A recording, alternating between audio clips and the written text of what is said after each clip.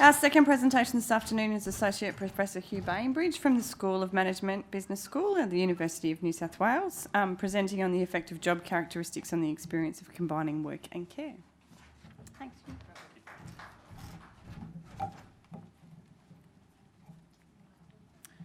All right, good afternoon everybody. I'd like to note the ongoing assistance of Care New South Wales, particularly in terms of obtaining, generating, motivating this data set, and Sarah Judd-Lamb, who's the Policy and Research Manager at Carers New South Wales, who's provided a great source of advice and ongoing assistance with this work.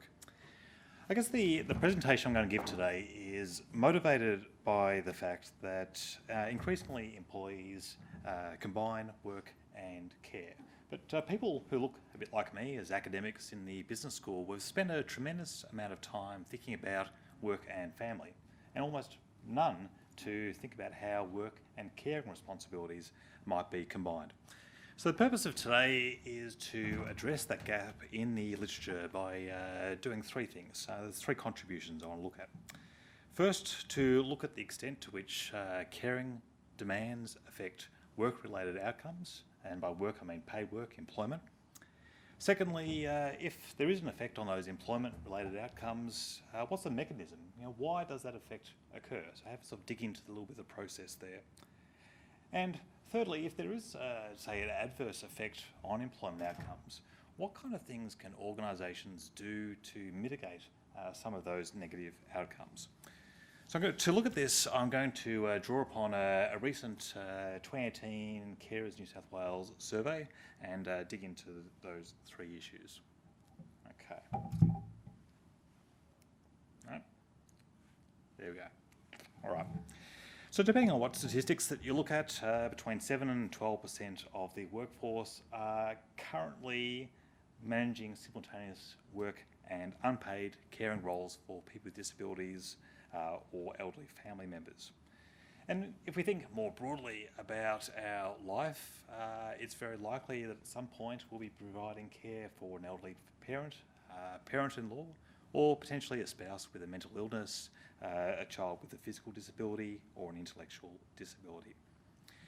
So I think this sort of idea of prevalence is starting to motivate organisations to consider that these sort of caring issues can't be dodged. They actually are an inherent part of the employment sphere, and maybe they need to start thinking about actively managing that combination, that role combination. For me, this has also been reinforced by some changes which are occurring in the legislative context. We have a number of movements at the moment to sort of bed down or articulate the rights of carers in the employment sphere. So particularly I'm thinking about the right to take leave on the basis of caring responsibilities and the right to request flexible working arrangements. So these might include a change in working hours, change in the patterns of work, or the location of your employment. As we just heard in the previous presentation, carers and employers accreditation initiatives speaking to the fact that maybe there's some utility. Organisations are seeing the utility of being able to give voice and represent the caring related activities that they do to both internal and external constituencies. We're also seeing, I think, a little bit of a movement over time away from some terminology which is framed around family as parenting. Work-family initiatives have started to translate into work-life initiatives, which recognises that there's more going on outside of work than just parenting. It may be community involvement, it may be volunteering, it could even be caring for someone with a disability. And more broadly, we see a range of social and demographic changes occurring over time. I've flagged here the increasing participation of women in the workforce. We know that's important because women are more likely to undertake that caring role and to simultaneously, therefore, work and care. But throw into that pot, you have the ageing Australian population, you have smaller family sizes, which increase the likelihood of you being the carer because there are less people to be potential carers. Okay. So what do we know about the effects of combining work and care?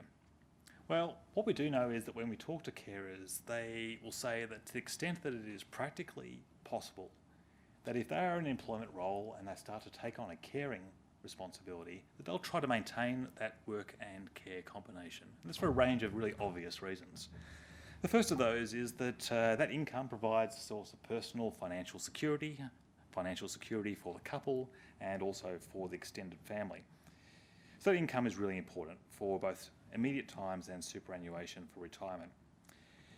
Caring is also important because it can provide a break from, say, a bad job role, and vice versa. A good job role can provide a break from mentally and physically demanding caring responsibilities. Skills developed perhaps in the caring role through navigating the NDIS, administration, multitasking, all those sorts of skill sets may have applicability to the work role and vice versa. So there's some positive interchange there. And carers will also tell us that combining work and care is good because it helps to address one of the major problems of caring, which is social isolation. Maintaining your foot in an employment sphere allows you access to colleagues who can provide social support, can provide information, can provide caring or non-caring related conversations.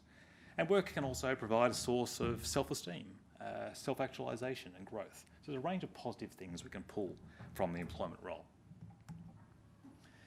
Nevertheless, we do need to recognise that work and care can be problematic.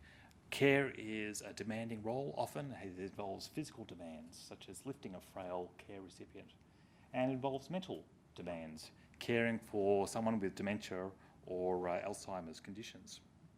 We also know that paid work can be demanding because it involves long hours, stress, it involves perhaps potential workplace relationships that you're not enjoying, and physical and mental efforts. So the real problem comes in when you have sort of caring demands and you have work demands, and those two demands affect each other simultaneously, and you're trying to balance those two conflicts. So what I'm going to talk about today is a specific form of conflict, and that is the conflict that occurs from the caring role and comes in to affect your performance at work, your ability to do work. What we call a caring to work conflict. So good examples of this would be time spent on the phone coordinating health services for the person, your family member. It might be incoming phone calls. It may be the need to be physically absent from the job, exiting the workplace at short notice. So if conflict exists, one of the key things that we want to know is what is the flow-on effect of that conflict if it originates from those caring demands in terms of employment relevant outcomes. Now there has been a little bit of caring and work-related research, but by far the majority of work on sort of role conflict, tensions between work and non-work spheres comes from what we know about employees managing parental roles for their own son or daughter. So combine those two literatures give us a strong basis to expect that if you're experiencing a lot of tension and conflict between those two roles, we expect that to flow through to lower levels of job satisfaction. Higher conflict also increases the chances of you leaving your job. It decreases your perceptions that your workplace is supportive of your non-work responsibilities. And it increases the likelihood that you will report adverse impacts on your career across the entire span. So you might be declined for promotions, for example, or moved into a less high quality position. Finally, we know that people who experience high levels of conflict between work and non-work roles are reporting lower levels of personal well-being. So in a nutshell, what I did to the Carers New South Wales data was to answer two questions. First, what is the effect of those caring demands in terms of employment relevant outcomes? And secondly, if we put up conflict as a potential explanation, does that actually explain that connection between caring demands and outcomes? So I guess what the previous slide suggests is that five bad employment outcomes may be more likely if we mismanage that combination of work and care. So what can be done? Well, one possibility is that maybe we can adjust the caring role. The one possibility I want to look at today is what can we do from the organisational side of things? How can we adjust the job to make the job more carer friendly? Now, one thing we can do is to think about providing people with the flexibility about where they perform the job, so to better combine those work and care roles. Another possibility is that we may provide some discretion about when specific aspects of the job are performed. We can provide some choice to employees about how much time they spend on specific job tasks, again giving power back to employees, or we can give them scope to change the approach, the method by which they achieve the outcomes which they've been assigned by their supervisors. So all these sorts of things, I guess, are suggesting a broader general idea of autonomy, giving people this freedom and independence to make the call as the job holder about what is the best way to perform that job, given the caring responsibilities that they have. So in some organisations, as I flagged, autonomy may mean that employees are allowed to set their own schedules, and in others it may involve decisions about how their work should be done. Now, the broader business literature would suggest that job autonomy, generally speaking, is a really good thing. It improves employee attitudes and particularly flows through to drive job satisfaction. So to pull all those elements together, in a model here, I guess the final issue to really wrap this study up is to ask, if we know that caring demands affect those employment outcomes, does job autonomy help? If we give people more flexibility and discretion in their jobs, is that going to help mitigate some of those negative outcomes that I've previously flagged? The Carers New South Wales 2018 survey was the data that I looked at. It is a survey which is collected every 2 years by Carers New South Wales. Survey is primarily sent to members on the Carers New South Wales mailing list, but it does have a broader distribution across New South Wales. The specific group that I looked at for this study are people who were a current unpaid carer. They were also currently in an employment role and they were New South Wales resident. About 300 people formed the basis of the data analysis. Mean age of 51 years, mostly female in this particular analysis, and were in a relatively high demand caring situation, providing an average of 59 hours of care per week.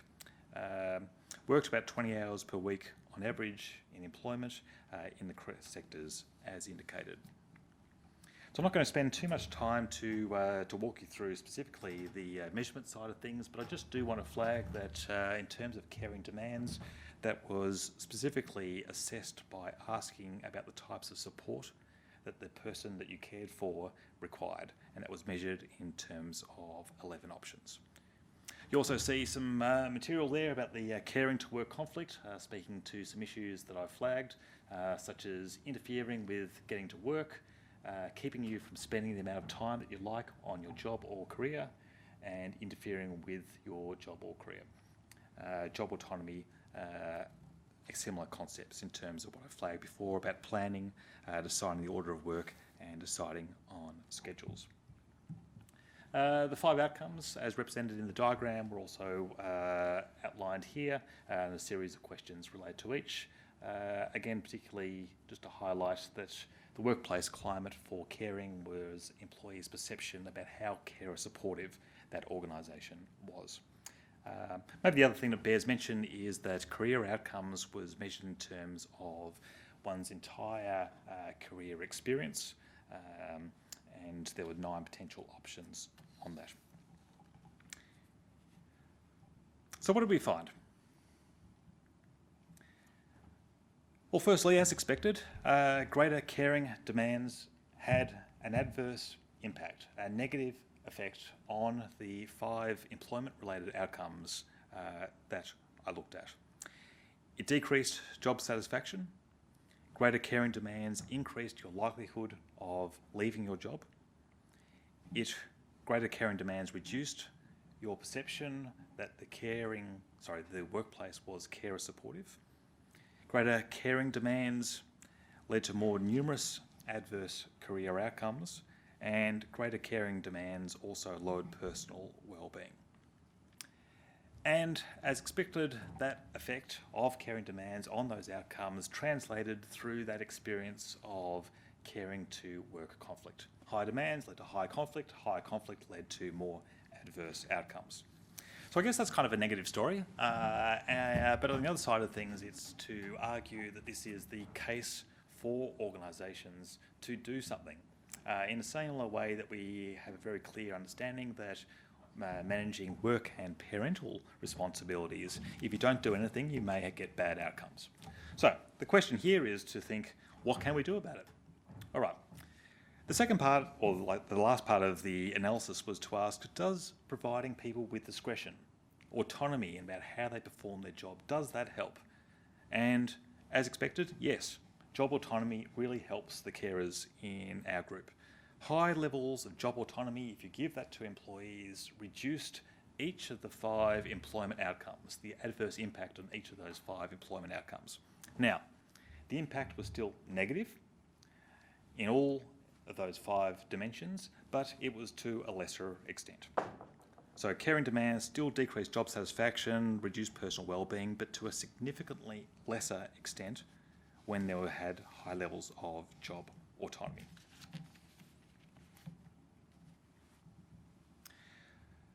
So what does that mean? What have we learnt from analysing the Carers New South Wales dataset? Firstly, caring demands affect employee outcomes if they're mismanaged. If you set up employees to have bad combinations of employment and care for whatever reason, bad outcomes are likely. So a call to action for organisations. The second takeaway is to identify why it occurs, to flag the importance of that incompatibility between work and care roles. That provides us with an opportunity to think about how we can get involved and intervene. And thirdly, it identifies one intervention that can help to mitigate some of those bad outcomes, being job autonomy. I just want to highlight that I've just looked at one potential intervention. Job autonomy was helpful, didn't solve the entire problem, but it's just one of a suite of potential options that we have to address issues in this space. So the takeaways beyond that, for me, I guess, are to highlight the importance of job context. We spend a lot of time thinking about the carer, we think a lot about caring responsibilities, caring demands, the care recipient, but maybe organisations need to be far more focused in thinking about what they can do in that work domain, that paid work domain. Secondly, I think it suggests that we need to expand that conversation between work and family to think about work and care as a key organisational concern. Thirdly, it speaks to the importance of reducing conflict or incompatibilities between work and care. We need to be really structured in thinking about what actually creates that conflict between those two domains. And finally, I think it suggests that we need to increase awareness of aspects of each of those roles which are strain-inducing.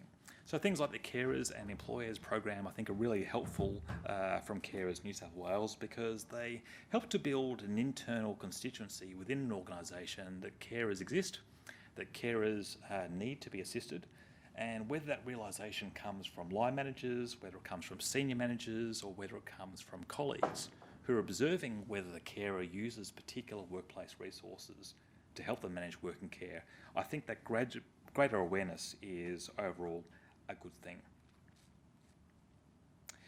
Okay, last thing I will say is that I've kind of been very organisational in this, that organisations should do this and organisations should do this.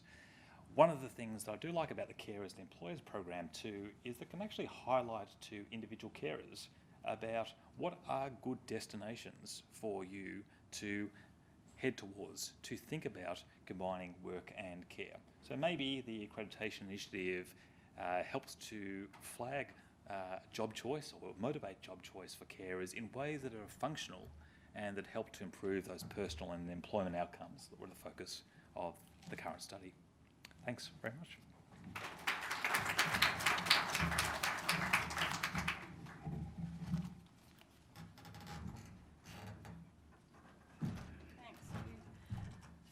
we've got time for some questions for Hugh.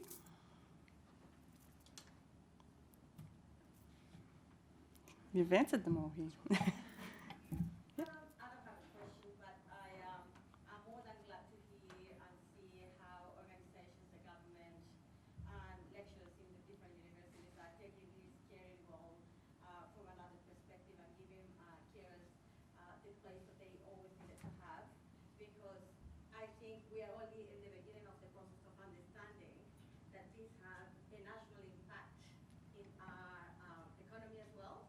So it is very important that we start balancing work and the caring role in a way that carers we can keep being productive and contributing to the nation without having to be a burden to the country. See what I mean? So yeah, I'm more than glad to see that this is happening. Yeah, thank you very much for that comment. One of the things perhaps we don't know enough about is whether carers are different than parents in terms of their responsiveness, in terms of what they find useful, in terms of organisational support. We know a little bit about it, but not enough as what we should do.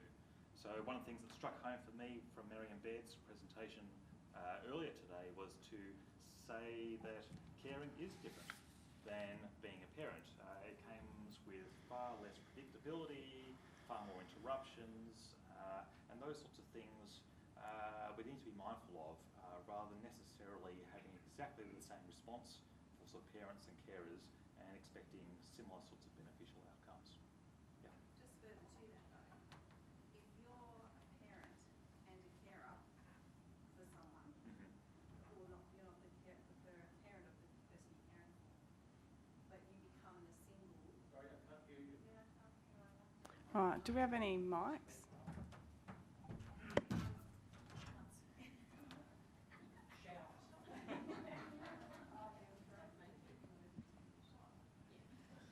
Thank you. So just further to that point, balancing, so there's another dimension, and as you alluded to then, it became apparent from what you were saying, the carer of the family may be, for example, the mother who is caring for the husband in a carer capacity. They have children. So then that rolls on to them being the provider as well as the carer and the parent. So it then becomes another extension to the carer, to the family-friendly practices of an organisation as well. So there's like a natural progression. So you start addressing one, but you create weight on the other. So, you know, you've got two people in the workplace. One's a carer for someone with a disability, for example, and you've got a mum who's trying to balance her children as well, maybe a single mother. So it's this whole, it's not just a portion, it's a balance of balancing the whole lot. Yeah. So I applaud that the carers are definitely being addressed because they are unsung heroes. But there's also the mums or the dads who are doing that role as well. So it became obvious in your stats and what you were saying there. And, you know, it comes back to the thing, you know, dad takes the kids while mum goes out, he's babysitting, but mum's, you know, doing the kid thing. Yeah. You know, there's a whole range of things that come out from that. Yeah. So that's just... There's just so much complexity. There's so much complexity, isn't There there, is. in terms of people with multiple care recipients, people that they care for with disabilities, with different types of health conditions or disabilities, and then you throw into the mix being a typical parent as well. And that comes in all shapes and sizes, and I think we don't necessarily keep in mind that complexity and think about what organisations can do to perhaps manage the unique aspects of employees' caring responsibilities in sort of a responsive individual way. But thanks for the comment. I appreciate it. Thanks, Hugh.